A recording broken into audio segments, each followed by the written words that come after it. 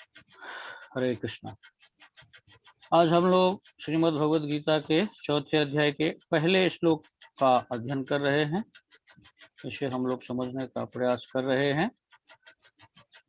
हालांकि इस पहले श्लोक के तात्पर्य में जगतगुरु श्रील प्रभुपाद जी ने बड़े ही विस्तार से इस श्लोक की व्याख्या की है।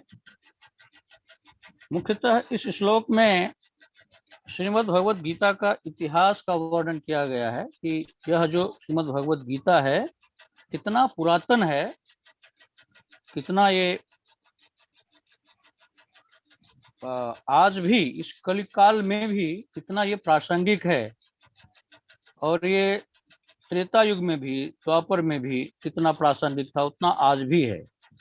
इसके लिए इसको अपौरुषेय कहा गया है। अपौरुषेय का मतलब होता है जो किसी पुरुष या मनुष्य के द्वारा रचित न हो, इसको किसी मनुष्य ने नहीं लिखा है, बल्कि यह भगवान के द्वारा प्रकट किया गया है। ये जो श्रीमद् भगवद गीता हैं, चारों वेद हैं, ये भगवान के द्वारा प्रकट किए गए हैं। इसीलिए यह ज्ञान तीनों काल में एक समान रहता है, कभी बदलता नहीं। तो इस पहले श्लोक के तात्पर्य में जगत गुरु श्रील प्रभुपाद जी ने इस श्रीमद् भगवद गीता की जो ये ग्रंथ है, यह कितना पुरातन है और कितना पुराना है, उसकी पूरी गणना उन्होंने बताई है और पूरे विस्तार से बताई है। यहाँ पर मेरे जैसे लोगों के लिए बताने के लिए कुछ है नहीं, फिर भी श्रील प्रभुपाद जी इसे पहले श्लोक में इसकी विस्तार से गणना की है। श्रील प्रभुपाद जी ने इसके तात्पर्य में यहाँ बताया है, राजन्य वर्ग को श्रीमद् भगवद गीता की विद्या को समझना चाहिए, जिससे वे नागरिकों प्रजा पर शासन कर सकें और उन्हें काम रूपी भवबंधन से बचा सकें। श्री प्रभुपाद जी ने यहाँ पे तो गणना बताई है, और उन्होंने जो भी इवन वर्तमान में भी जो भी प्रशासक हैं या जो सरकारें हैं, उनको भी उन्होंने सलाह दी है कि इस भगवद गीता का अध्ययन करें, उनको समझें, ताकि वे अपने नागरिकों को भवबंधन से छुटकारा पाने में उनकी सहायता करें।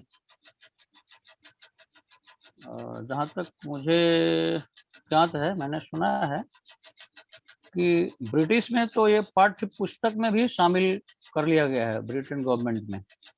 अभी कौन सी यूनिवर्सिटी में कहाँ पे उतना मुझे ज्ञान नहीं है, ताकि जो भी ये जो आध्यात्मिक शिक्षा है या आध्यात्मिक ज्ञान है, ये शुरू से ही होनी चाहिए, क्योंकि ये एक बहुत बड़ा विज्ञान है। ये जो भगवद गीता है या श्रीमद् भागवतम है, यह एक बहुत बड़ा विज्ञान है, क्योंकि ये जो श्रीमद् भगवद गीता है, ये हमें सिखाती है कि हमें जीना कैसे है। श्रीमद् भगवद गीता हमें जीना सिखाती है, how to live, and Shrimad Bhagavatam हमें मरना सिखाती है, यानी how to finish our human life. हमें इस मनुष्य के ये जो हमारी जन्म मरण की जो बंधन है, इससे हम मुक्ति कैसे पाएं, ये हमें श्रीमद् भागवत सिखलाती है। और इस मनुष्य जन्म को हमें सार्थक करना है, या यह मनुष्य जन्म हमें जीना कैसे है, ये हमें श्रीमद् भगवद गीता सिखाती है। तो अपने तात्पर्य में प्रभुपाद जी आगे बताते हैं,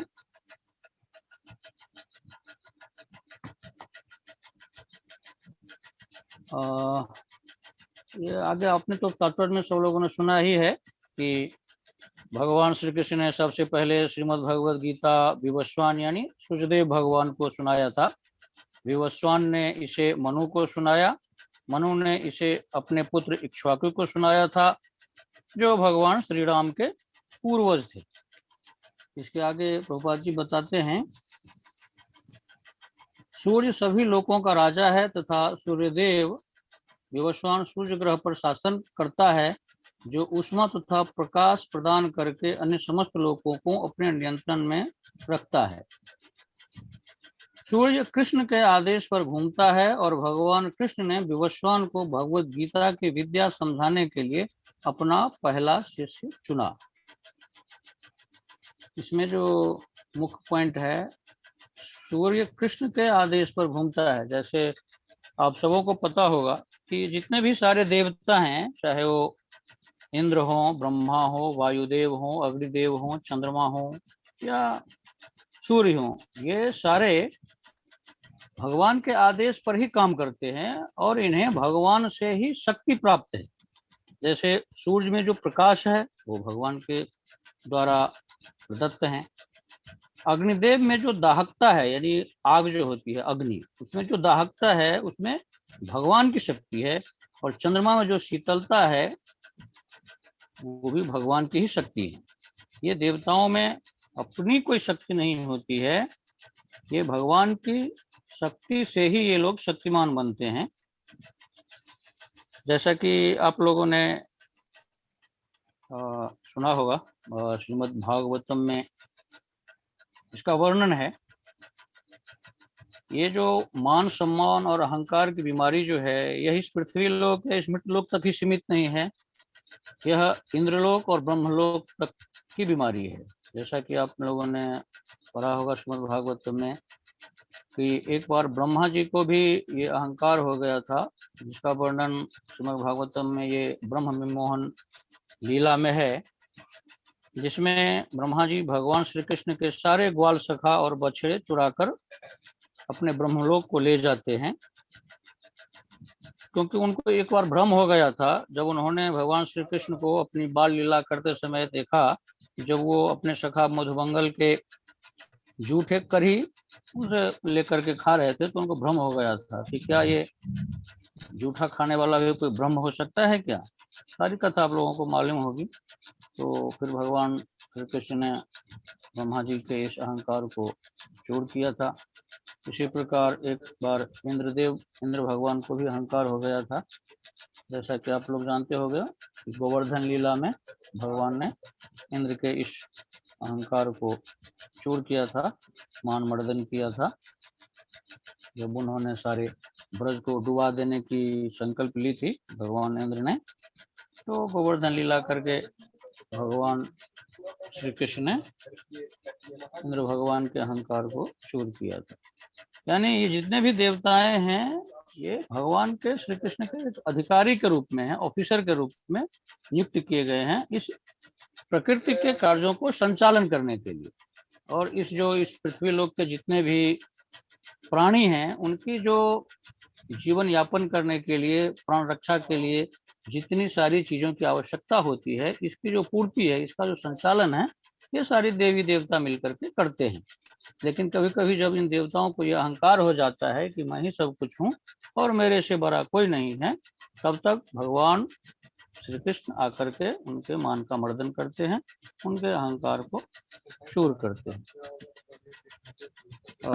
इसके आगे श्रील प्रभुपाद की पूरी गणना बताए हैं, जो मैंने पढ़ी है कि ये श्रीमद् भगवद गीता कितना पुराना है, पुरातन है। ये कितने करोड़ों वर्षों से ये चला आ रहा है। ये अपौरुषेय है, यानी ये किसी भी काल में बदलता नहीं है। जितना प्रासंगिक ये त्रेता में था, द्वापर में था, उतना ही प्रासंगिक इस कलयुग में ही है। इसके लिए ये इस गीता का महत्व जो है कभी कम नहीं होता है, और इसके लिए इसको साइंस यानी विज्ञान बताया गया है। तो इस भगवद गीता का हम लोग नित्य अध्ययन करें, इसको समझने का प्रयास करें। इसके लिए अपने वरिष्ठ भक्तों का, वैष्णवों का संग करें।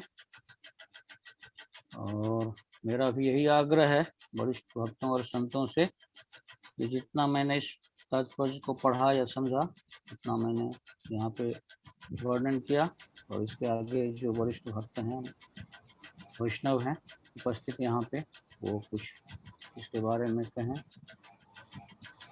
हरे कृष्णा कृष्णा कृष्णा हरे हरे, हरे राम राम राम हरे हरे। बोलिए श्रीमद् भगवद गीता की जय। जगत गुरु श्रील प्रभुपाद की जय।